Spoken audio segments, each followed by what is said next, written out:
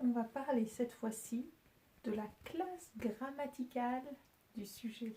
Il peut y en avoir plusieurs, ou la nature du sujet. On avait parlé dans la vidéo précédente de la fonction, les sujets du roi. Vous vous rappelez leur fonction qui va avec le verbe. Alors déjà, on va retrouver dans cette phrase le chat miaule. Vous vous rappelez, on se pose la question. Que fait-il pour trouver le verbe? Il miaule. Très bien. Et maintenant, pour trouver le sujet, qui est-ce qui miaule? C'est le chat. C'est le chat qui miaule. Donc, le chat, c'est bien le sujet de miaule. Mais maintenant, je voudrais cette fois-ci qu'on s'occupe un petit peu plus de la nature du sujet ou de sa classe grammaticale. C'est quoi ces mots? Alors, le chat, c'est un chat comme les autres. C'est ce qu'on appelle un nom commun. Et le, c'est le déterminant qui dit, c'est un chat déjà, un article défini, c'est le chat. Si c'était au féminin, ce serait la. Donc ça détermine des choses. Là, on sait qu'il y a un chat, un mâle, et qu'il n'y en a qu'un seul. D'accord? Mais avec ce groupe sujet-là, je peux mettre un autre mot. Je peux dire comment est ce chat. Je peux dire si c'est un vieux chat rayé ou alors un petit chat noir. Vous choisissez quoi? Je choisis le petit chat noir miaule. Et grâce à ces deux adjectifs qui disent comment est le chat, j'ai plus de renseignements. Mais tout ça, regardez, ça me fait 1, 2, 3, 4 mots dans le groupe sujet. Parce que si je repose la question, qui est-ce qui miaule? C'est le petit chat noir qui miaule. Je me retrouve avec 4 mots. Tout simplement, on appelle ça le groupe du nom ou le groupe nominal. Parce que dans le groupe, j'ai le nom commun, le chat. J'ai le déterminant, le. Et j'ai deux adjectifs. Et tout ça, ils s'accordent bien sûr les uns avec les autres. Parce que si je disais qu'il y en avait plusieurs, je rajouterais un S ici. Ça déterminerait qu'on met au pluriel. Du coup, les chats, il faudrait que je mette au pluriel. Et que je rajoute le pluriel ici et ici. Et attention, du coup, le sujet du verbe, comme ce serait au pluriel, je pourrais le remplacer par le pronom personnel il, et du coup je mettrai ENT ici. D'accord? Parce que il miaule, au pluriel, ça ferait ENT. Donc ça, c'est le premier groupe sujet, le premier type de sujet qu'on peut avoir. C'est un nom commun, avec ou sans adjectif, avec un déterminant. D'accord? Maintenant, on va trouver des groupes sujets qui peuvent être tout simples. Un nom propre, par exemple, Tia, c'est un nom propre. C'est quelqu'un que je connais. C'est une fille.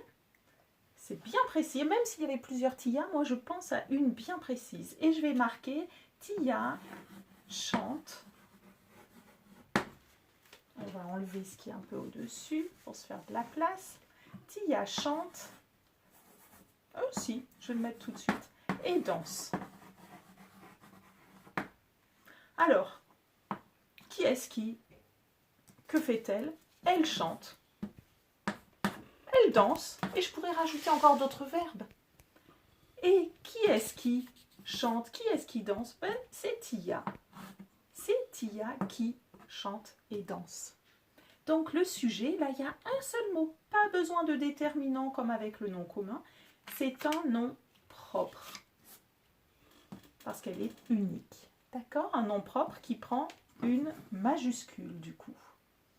Et je pourrais rajouter encore d'autres verbes. Donc on se rappelle que même s'il n'y a qu'un tout petit sujet apparemment, on peut lui mettre plein de verbes, plein d'actions. D'accord? Mais je peux dire aussi Noah. Alors, c'est encore un nom propre de quelqu'un que je connais. Et Elina, c'est encore quelqu'un qu'on connaît bien, dessine. Ah, pourquoi je mets ENT? Qui est-ce qui dessine? C'est Noah et Elina qui dessinent. Donc le sujet, j'ai à la fois Noah, c'est une fille, plus Elina, une deuxième fille, qui dessine. Alors je pourrais les remplacer par le pronom elle avec un S, puisqu'elles sont 2, 1 plus 1, ça fait 2, c'est donc le pluriel. Elle dessine, il me faut ENT. Mais attention, si je dis Anthony, Noah et Elina dessinent, qu'est-ce qui va changer? Puisqu'il y a un jeune homme ici, on ne va pas pouvoir garder elle. C'est le masculin qui l'emporte. Donc, puisqu'il y a un garçon, même si elles sont deux filles, ça va donner comme pronom à la place des sujets Noah, Elina, Anthony ou Anthony, Noah, Elina, etc. Ils dessinent. Donc, ce sont toujours des noms propres. Et je fais attention, je remplace par un pronom pour savoir si c'est au singulier, comme avec Tia, puisqu'on parle d'une seule personne, ou si c'est au pluriel, avec plusieurs personnes. Donc, le sujet peut être un groupe du nom, avec des noms communs, des noms propres, mais ça peut aussi être des pronoms. Les pronoms personnels sujets. Imaginez que j'ai enlevé les noms et que j'ai juste laissé les pronoms. Ça marche. Il dessine à la place de Tia. Elle chante. À la place des petits chats noirs, il, au pluriel, miaule.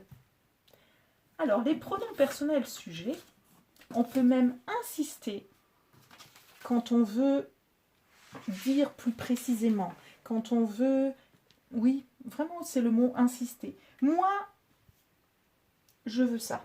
Toi, et je m'adresse à quelqu'un, la deuxième personne, je lui parle. Alors on va imaginer, tiens, un spectacle et les rôles de chacun. Moi, j'éteindrai les lumières de la salle. Toi, je m'adresse à toi et tu es tout seul.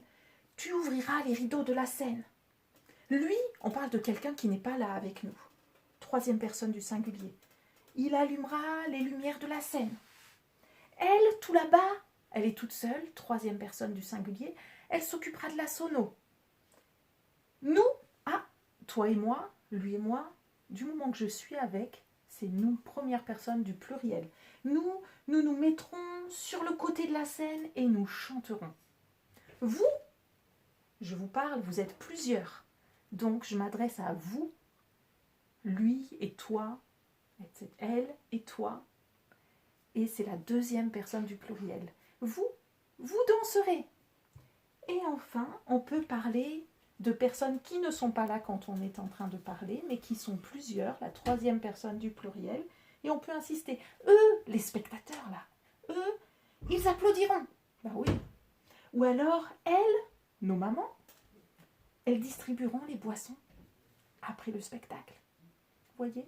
Donc les pronoms personnels, sujets, ça fait partie des sujets les plus courants. On en a vraiment besoin. Et on a besoin aussi de se rappeler que pour remplacer un groupe du nom ou un groupe nominal, pensez à mettre le pronom dans votre tête, il ou elle, au singulier ou au pluriel. Que ce soit pour un groupe du nom ou un groupe nominal, pour un nom, des noms propres. Et voilà, c'est les 3 types de sujets que vous pouvez rencontrer. À vous de jouer.